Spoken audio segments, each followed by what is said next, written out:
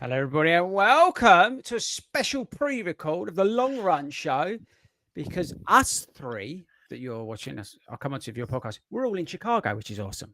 Yay! Everyone cheer! We're all in Chicago while you're listening to this. So this is our sort of pre-Chicago special, and there was no better person we could get on to record this with Paul from Sportstours.com, who's out there hosting us. So introduce yourself, Paul. Say hello to your adoring fans. Hi guys, I'm Paul. I'm the Group Sales Director at Sportstours International. So it's a privilege to have you all here in Chicago for Marathon Weekend. And thanks to Chris and Hayden who've invited me along to this pod and just to have a chat about all things running, marathons, and so on. So looking forward to it. Brilliant. So Hayden's here with me as well, just to keep us in line. To keep it sensible, because it tended not to be otherwise. So how are you? Obviously, we're in Chicago. Think about it. So careful with your answers. How are you? Okay, so I'm in Chicago Friday night. What have I done? Probably been to the expo already. Yeah. Done our sunrise run. Yeah. Sunrise run's done. Had a walk around town. Been to a couple of the bars. Probably knackered by now because yesterday we flew in and getting used to the time zones. But no, I'm feeling good. Getting excited, ready for the bobble hat run tomorrow. Yeah, obviously the main event on Sunday. But what I'm more excited about is, because I go on about it every week on the podcast, everyone knows I've done the 6 stars. A big part of my journey of 6 stars is down to Sportstours, I must be honest. So I'm really looking forward to tonight and this chat. Okay, that's actually a great place to start. So, Paul, I know you're here, but pretend Paul's not here. Yeah. Okay. Run people through, again, your 6-star journey's been epic.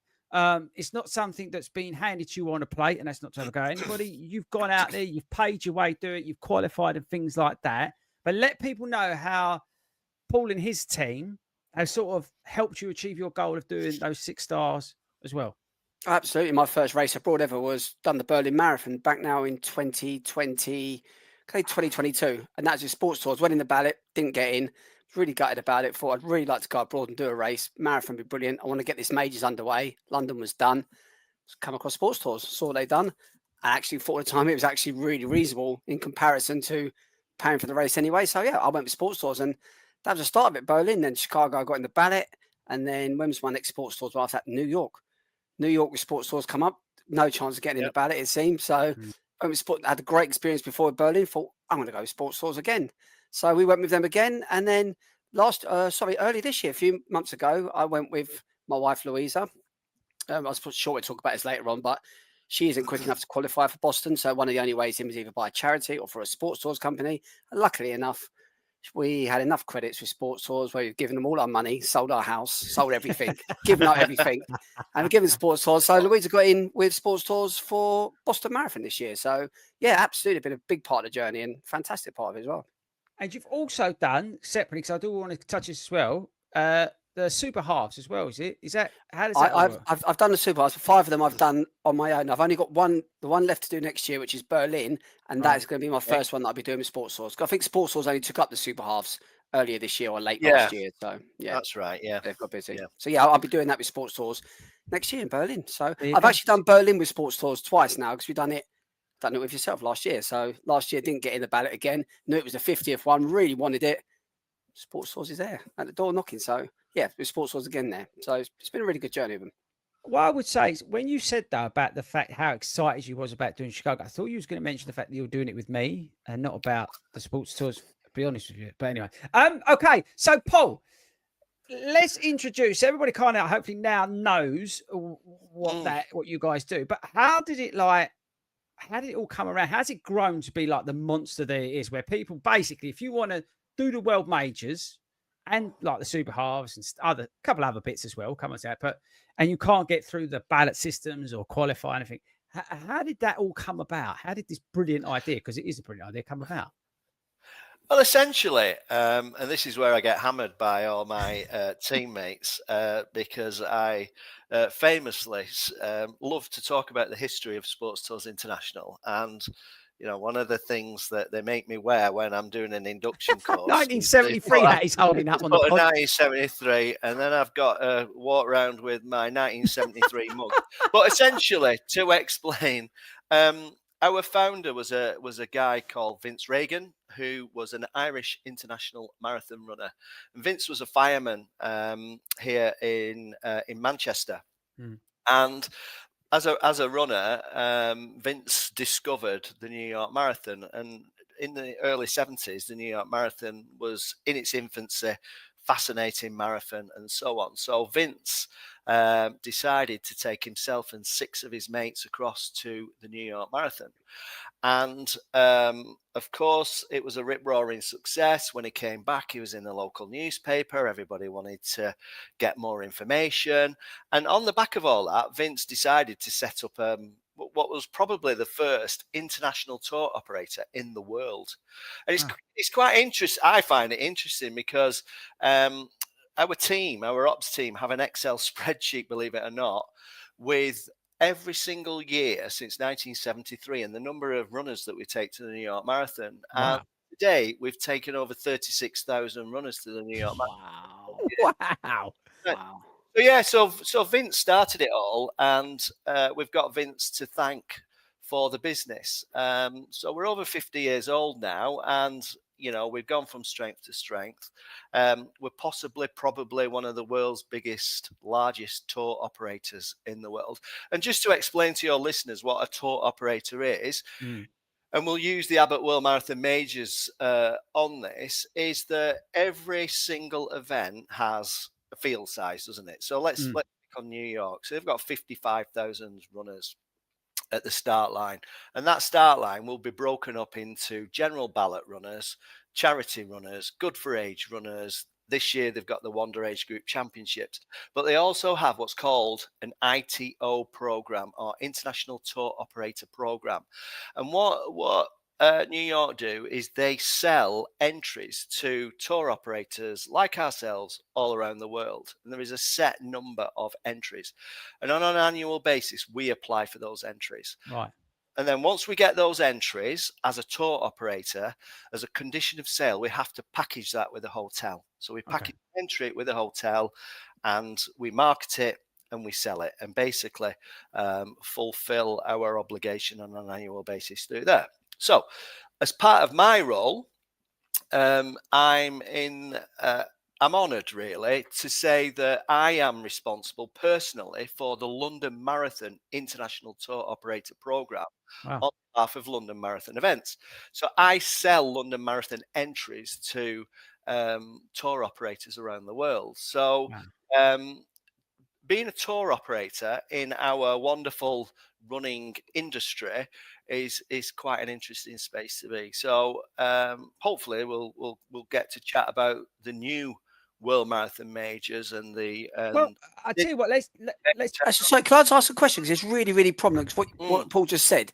We've just going back to London Marathon, because it's a question I've had a lot of people ask. Why can you not sell London Marathon packages to people from the UK? Because of the ballot. Purely because it's open under general ballot and for charity places. As an international tour operator, we couldn't sell in the UK entries to UK runners. But the good thing about our business is that we're more than just one single business based here in Manchester. We have a tour agency based in Paris, serving the French market.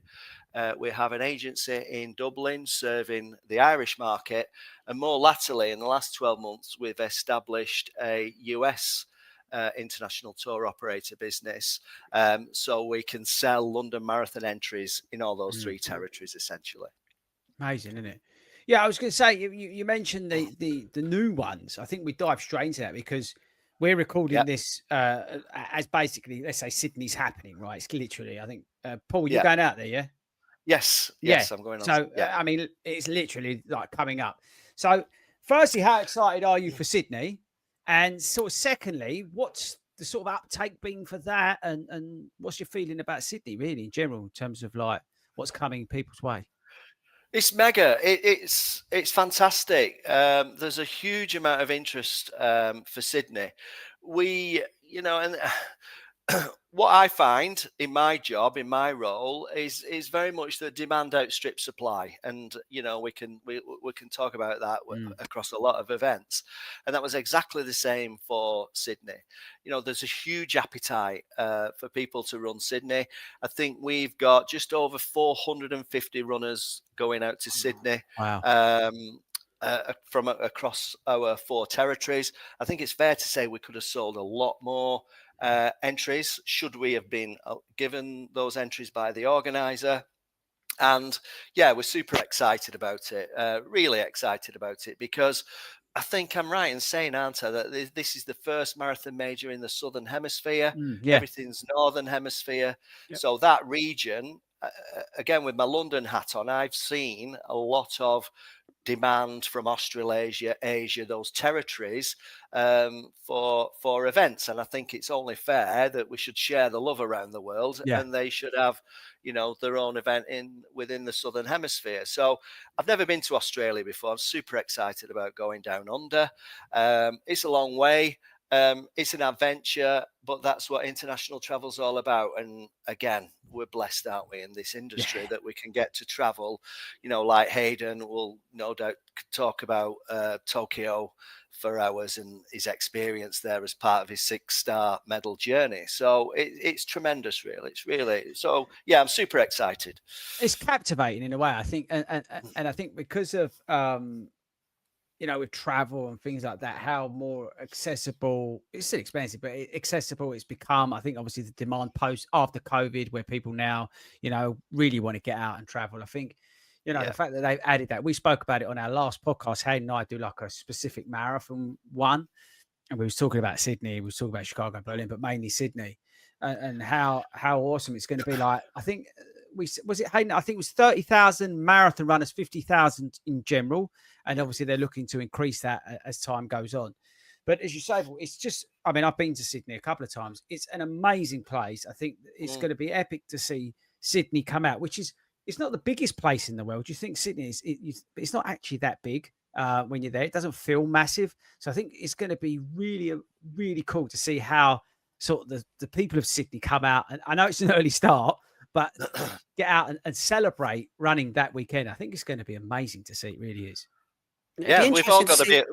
Sorry, it'd be interesting to see how different it will be, sort of, from which we spoke about the podcast, from last year to this year. The fact that it is a official world major this year, to know if the atmosphere will be sort of up on steroids and the crowd's going to be bigger with you guys out there. There's all tour operators out there. I wonder if it's going to, and obviously there's a lot of these running influencers and everyone else out there now. So it's be interesting to see whether it is suddenly going to be, from last year was quite a nicey sort of marathon, to this year being this absolute beast. Be great to see what the difference is like. Yeah, a couple of things from me. I think. Sorry, Chris. To your point, it's a 3:30 start. I've been told. So that's what time.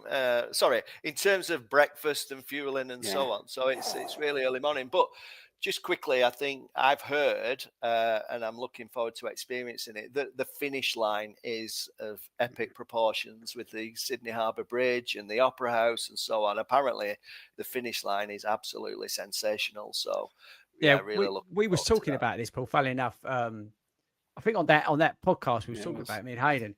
We were saying about, because we've been lucky enough to do Berlin a few times, and what an epic finish that is as you go through the gate and the blue carpet and all that sort of stuff. It really does. It's one reason to go back and do it again, sort of thing. But we was saying, funnily enough, about the city, and weirdly, because Simon, my friend, again, he's using you guys to go out to New York this year, and he was talking about the start for New York. I was telling him about how early he's got to get up for that and usual sort of thing, right? But then I said to him, but don't be, when you're standing on top of the Verrazano Bridge, it's quite, I wouldn't say it's underwhelming, because obviously we've spoken about the cannon start and all that sort of stuff. But basically, you've got two signposts just saying, and it just says start. And there's no big thing across the road. There's literally two bits of wood that someone stuck up. And the same when you go through halfway, it's like, oh, was that it? Sort of thing. There's the DJ now. It was quite, but like the Berlin start is like when you're doing the thunderclap and all that sort of stuff. I'm guessing It's going to be the same sort of deal. As even at London, when we sing the national anthem and things like that, it's kind of cool. But yeah, it'd be interesting to see, as you say, how that all that goes. The other one, obviously coming potentially, it's got to be approved. I think it's Cape Town. I saw the medal for this year's event. Yeah. Somebody posted that. That looks kind of tight. Are you going out there to do a recce, Paul? What's the story there? Or have you been? Well, yeah, the story there, Chris, is that we've been recceing it for during the candidacy years. We've been working very closely with the Sanlam Cape Town Marathon organisers. So again, we're delighted to be involved with their ITO program and helping them establish that. And this October, I've got a group of 45 international tour operators join us on what's called a FAM trip, or familiarization trip, to Cape Town. Jolly boys outing. Jolly boys outing. Yeah. But I was there 2 years ago, and certainly 2 years ago, because I don't know if you're aware, but just very quickly, and this is my understanding, so it may not be entirely accurate, but I understand that under the candidacy rules, a prospective World Marathon Major has to pass 106 criteria. Wow. And 2 years ago, I think they just failed to hit the criteria. And it's elements of, the field size, the elite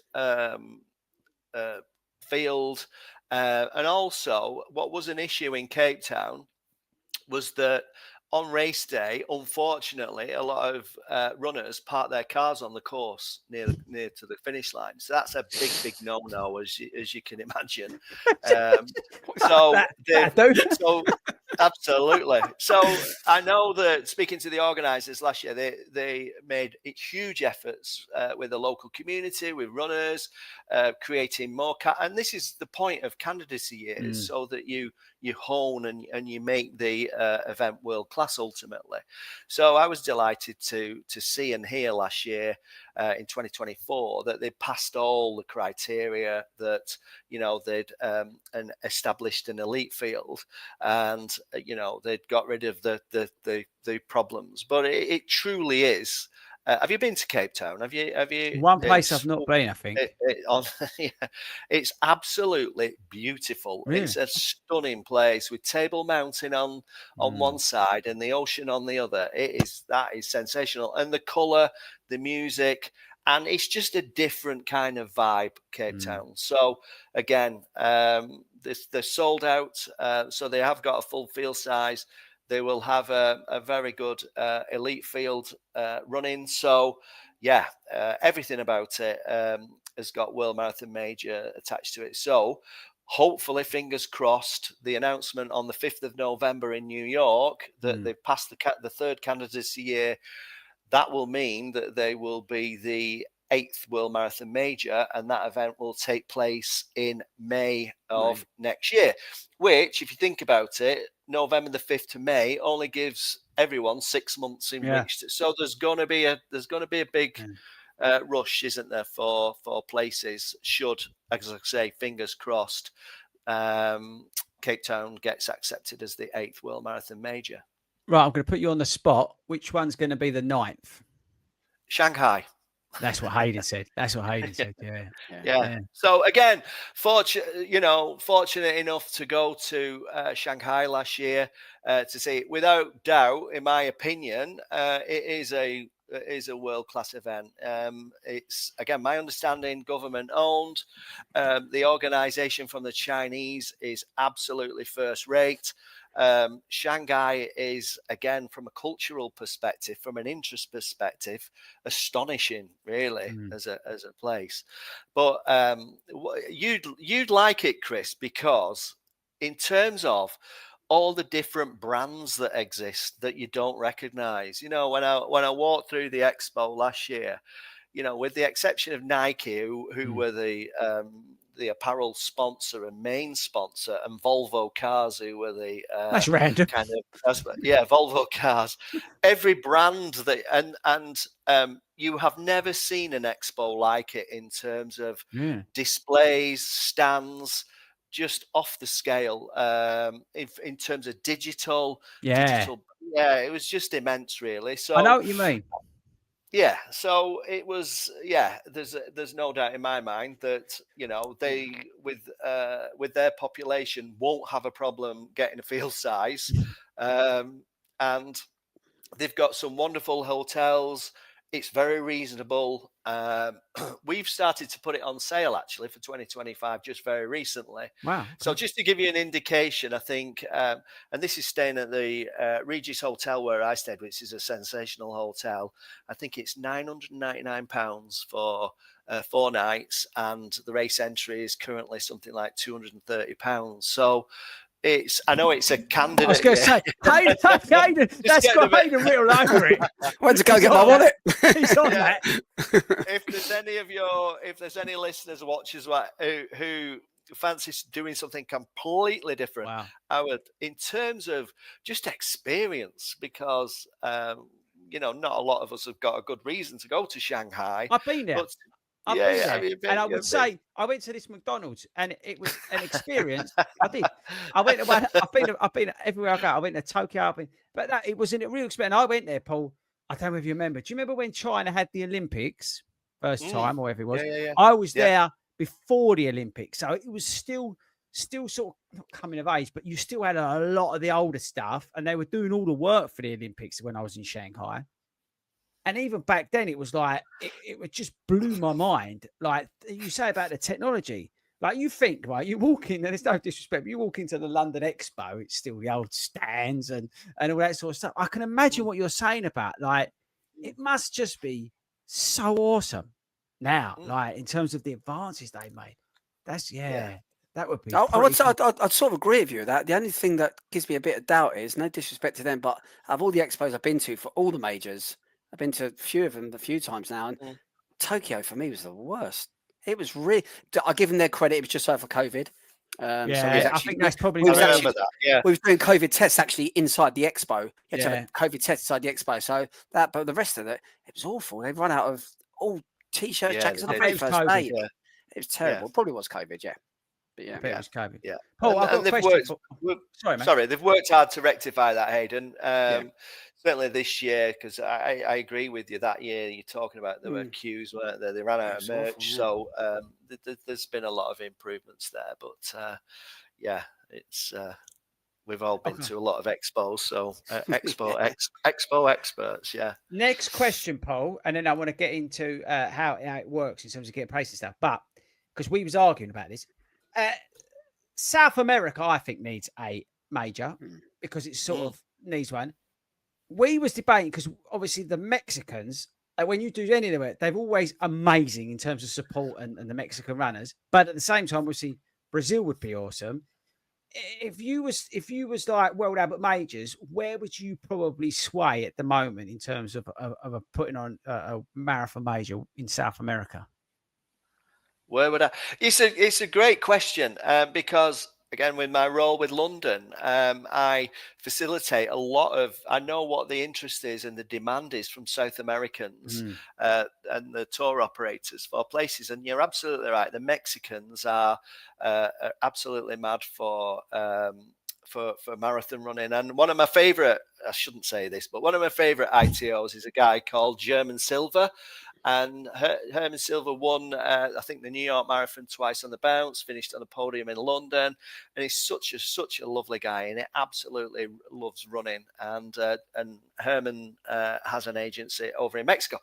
The thing, I always smile when people mention Mexico because, they're mad crazy for marathon running. But I read an article about the Mexico City Marathon where I think there was a field size of 33,000. I know what you're going to say. It's something like 10,000 got banned, didn't they, for cheating? Yeah, a third of them cheated.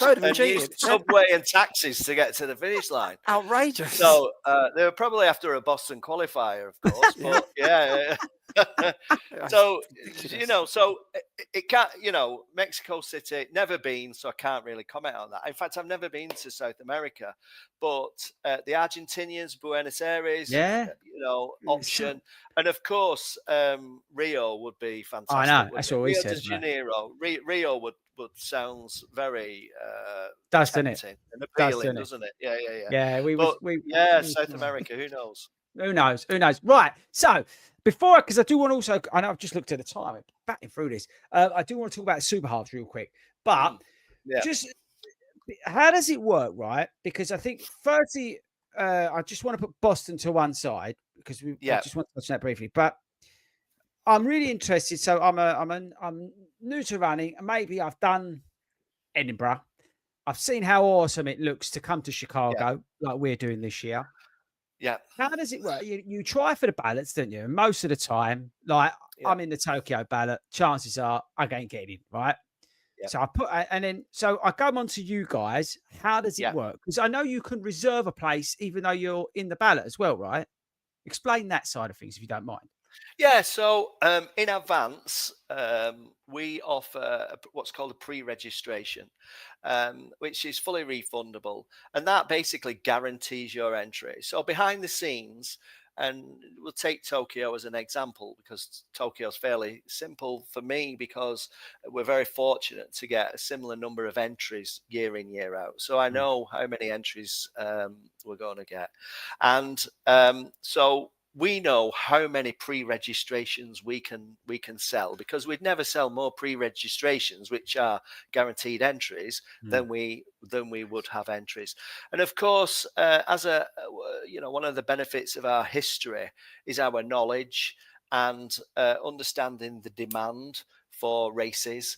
And we take this very seriously in making sure that we when we put our numbers into a race organizer, how many entries we want. Now, we don't always get the number that we want, and Boston's a great example, but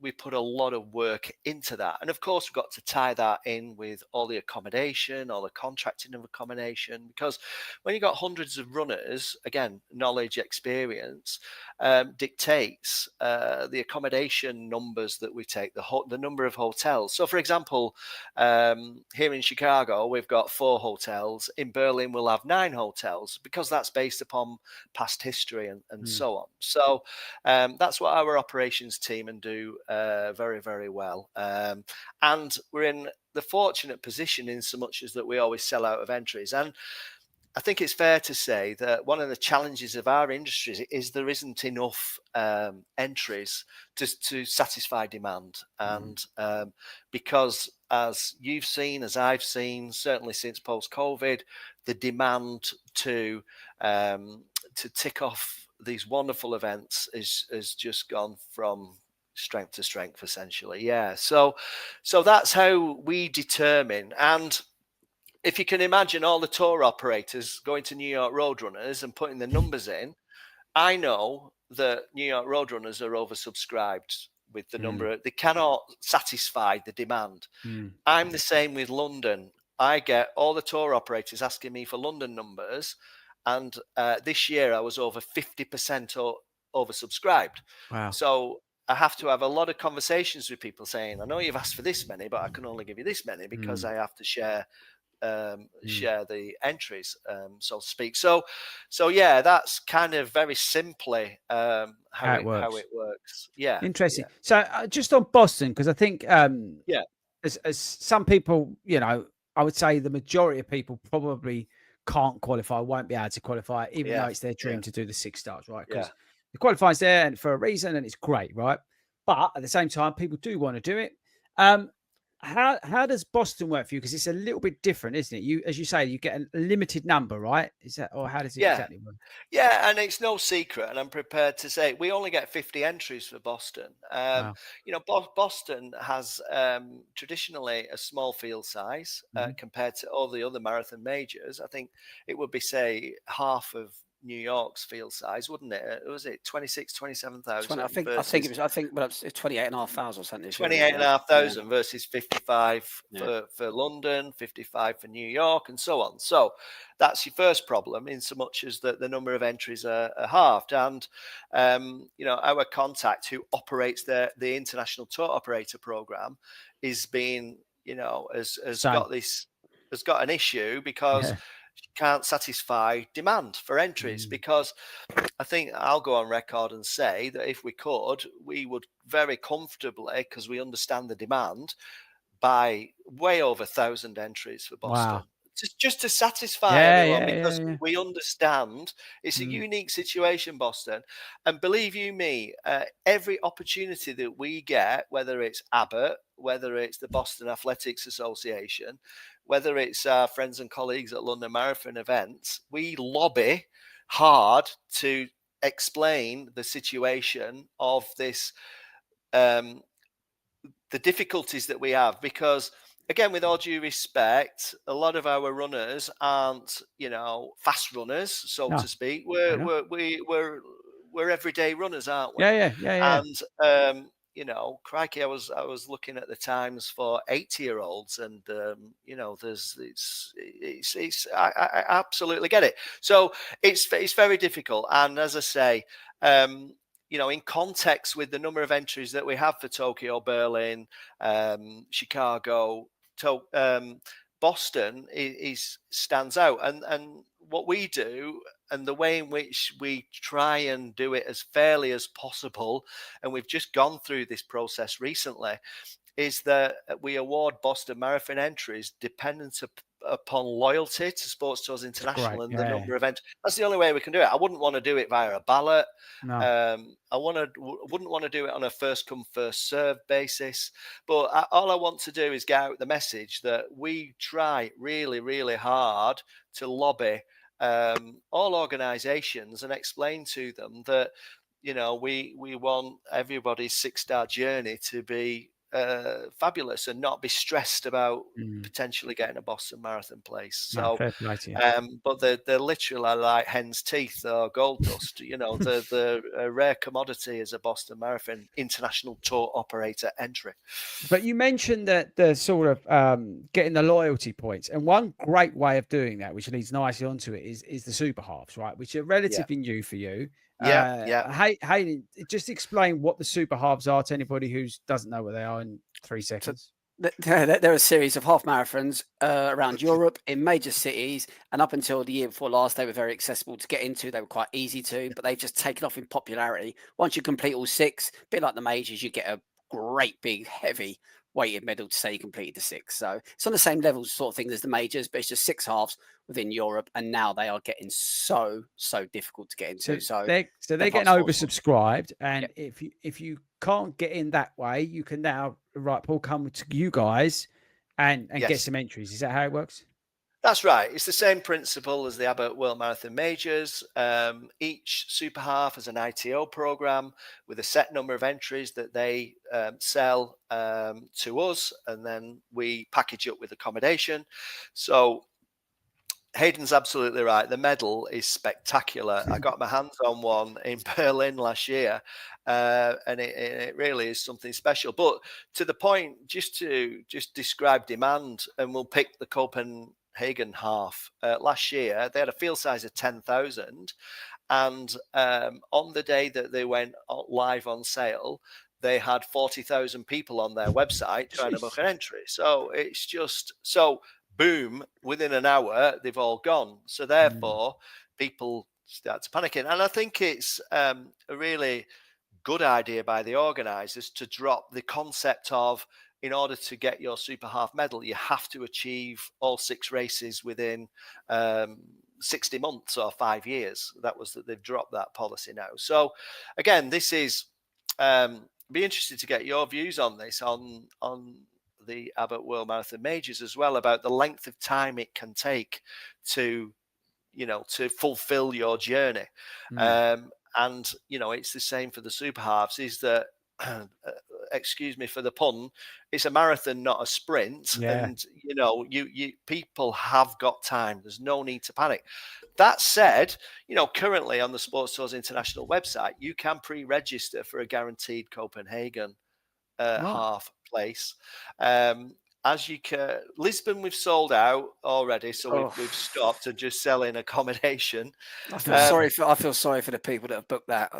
He wasn't that enamoured about it. Oh, yeah, it it was the most disorganised thing in the world ever. Awful. Absolutely. Well, that was a rare event, and we passed all the feedback, Hayden, back to Sasso, the managing director of the Super Halves, and he was very thankful for that feedback on the logistics and the organisation of the Lisbon half. But what I will say, and again, which sounds it's brilliant conceptually, and I'm really pleased that they're maintaining this, is to have the Berlin and Prague halves on the same weekend.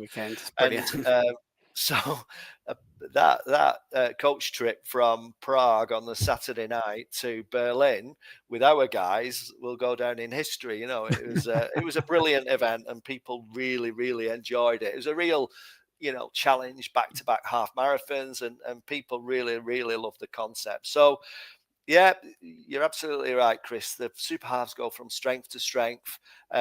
People love a series. It's attracting a much younger runner as well. That's what we're seeing. Half marathons, are of interest to runners who've maybe just completed a 10K on their journey and so on. So, yeah, it's been fantastic for us in the industry, and long may it continue. It's so much more accessible being them European major cities, isn't it? You can always go out on a Friday night and come home Monday morning. You can even come home Sunday night if you wanted to. Whereas marathons, us guys are in Chicago, we've probably been here a day or so already, and we're going to stay till at least Monday. So you need a week off work, and you got the jet lag and that. These are just so much more easier to deal with. Yeah, it's a couple of interesting things you mentioned. But firstly, again, just to reemphasize, so by doing the super halves, you're getting loyalty points as well if you're doing it for you guys, which then would help you into that Boston thing, right? Absolutely, yeah. So simply put, I think we count every event that we sell as one event, and this year.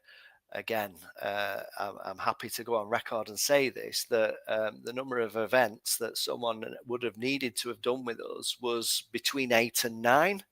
And that does include the super halves. It includes the big half. It includes the Dublin Marathon. Right. It's all our events. Yeah, absolutely. Okay, that's good to know. Includes Amsterdam, Chris, by the way. Oh, I've got my eyes. I want to do that next year as my A race. Yeah, I fancy doing. I've done it once, but I really want to do Amsterdam next year. Another new race that we've introduced in the last few weeks. Again, we used to run this pre-COVID, but we've brought it back into our portfolio. Is the Rome Marathon? So for Rome Marathon, we have a price from I think it's £599 to stay at the Hoxton in Rome. I think the entry fee is £79. That's not bad. And in terms of Hayden, Rome, look at Hayden. He's twitching again, boys. Get that wallet out. Rome's a sensational. It's what a fascinating place Rome is, because, as I said, back to 1973. I love my history.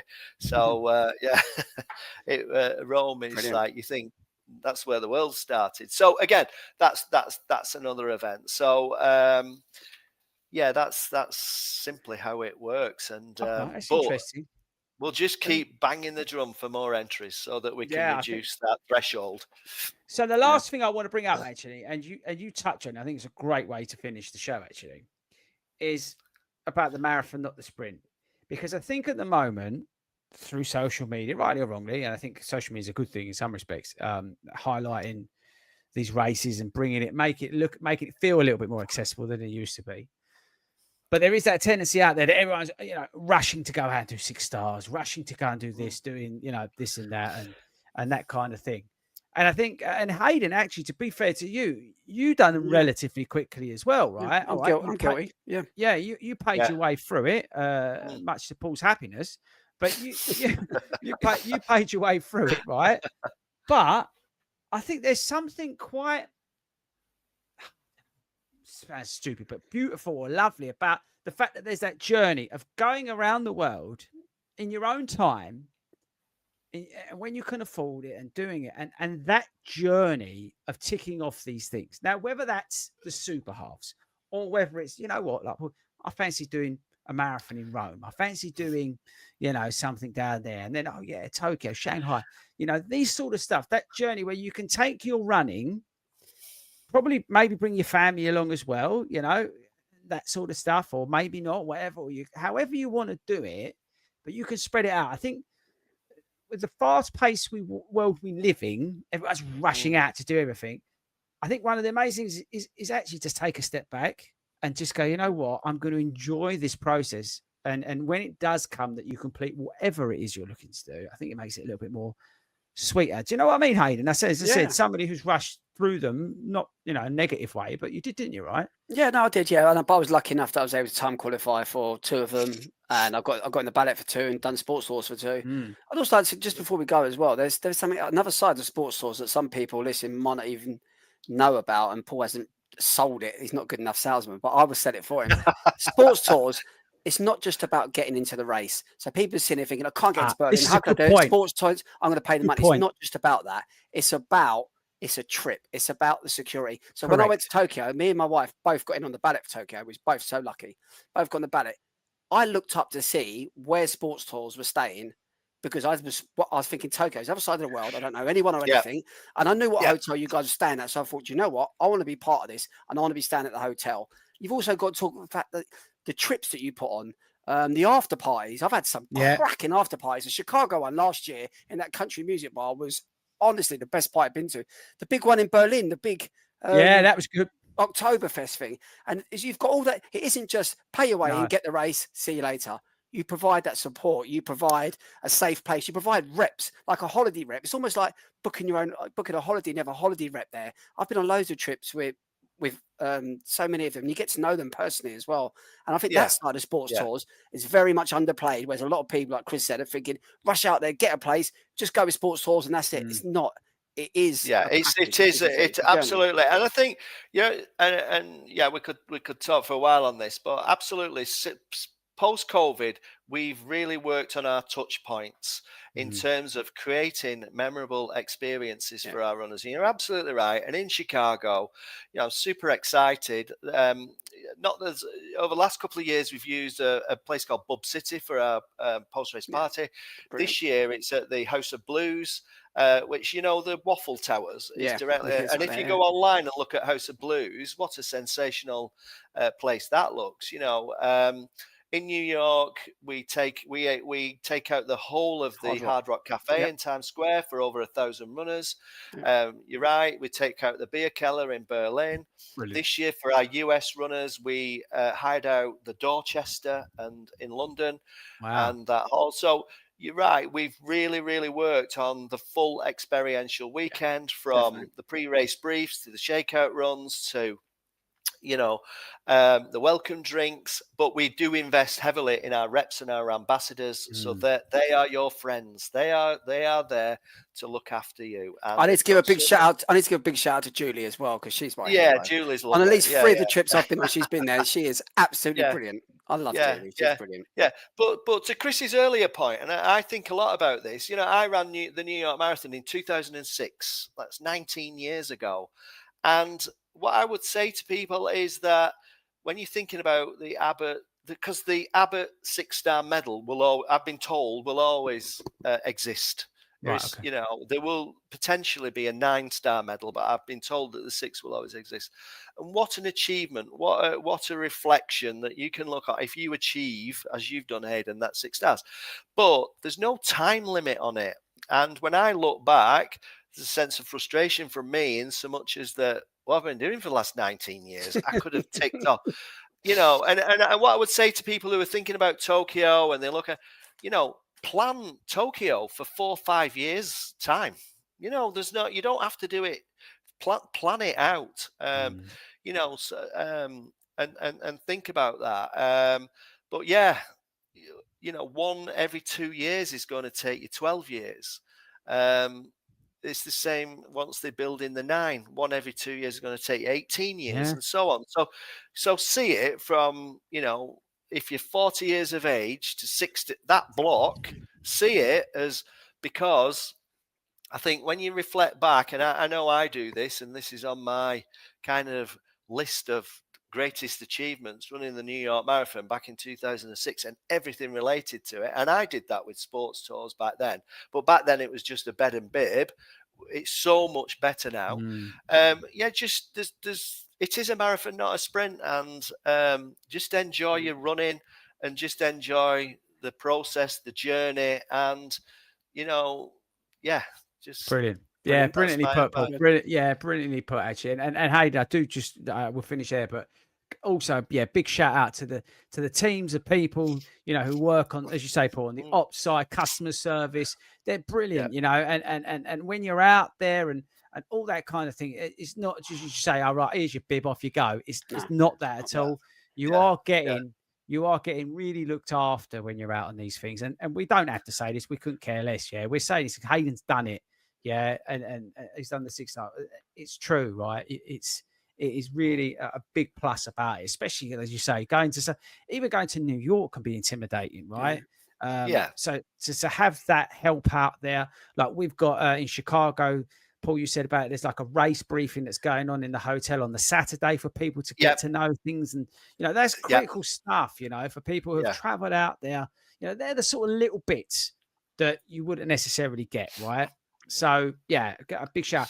But that's it, Paul. Look, massive thanks for doing this tonight. I've enjoyed it. It's been great. Really appreciate it to get that sort of insight, because it's people who are genuinely interested in this sort of stuff about how they can get access and how it all works. As you say, people get so frustrated about, I can't get in, and they get all angry about it. But when they understand that there's only 50 places, like for everyone, for Boston, then you go, actually, you know what? Fair play. Do you know what I mean? So hopefully that's helped and educated some people and that kind of thing. Just quickly, what's the, I know it, but what's the website, Paul, for anybody who wants to go and check out Rome or anywhere else? What's the website?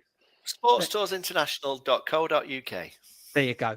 Right. I've got because I forgot to do it because Hayden forgot to do it. We've got to give a shout out to our sponsor, Skechers. Get over to skechers.co.uk. Big thanks to them for sponsoring the pod today.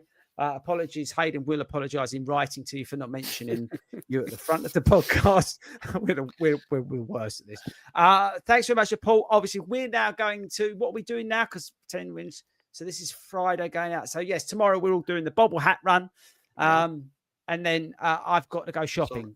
Get the girls. Have we got a little thing about a live podcast as well? Oh yeah, we've got the live podcast, of course. We've got the live podcast that we're doing over there as well. So if you are in Chicago, listen to this in Chicago.